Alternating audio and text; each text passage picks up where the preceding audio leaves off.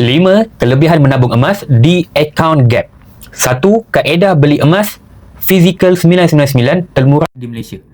Kita boleh beli jongkong, gold bar ataupun dinar emas berketulinan 999.9 dengan modal serendah RM100 saja.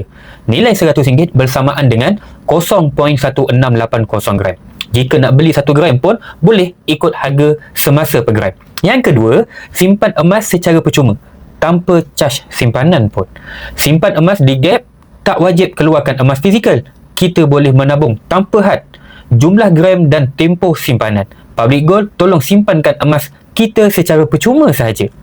Yang ketiga, beli emas ikut pasaran semasa antarabangsa. Harga emas di Gap disemak setiap hari oleh Public Gold. Jika harga emas turun mendadak, Public Gold terus kemas kini ikut harga terkini tanpa bertangguh. Begitulah sebaliknya. Dan yang keempat, semua urus niaga melalui aplikasi Gap.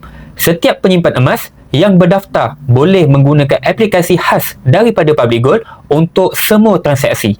Urusan jual beli emas bila-bila masa sahaja, 24 jam, sehari, 7 hari seminggu. Sangat mudah dan sangat selamat. Yang kelima, urusan jual beli sangat telus tanpa caj tersembunyi. Public Gold tidak kenakan sebarang caj yang melampau. Untuk urusan keluarkan emas fizikal, pelanggan hanya perlu bayar caj yang sangat minimum bergantung kepada jenis emas yang mahu dikeluarkan. Berminat nak mulakan tabungan emas di akaun Gap Public Gold? Boleh isi borang sign up untuk saya bantu anda sekarang juga.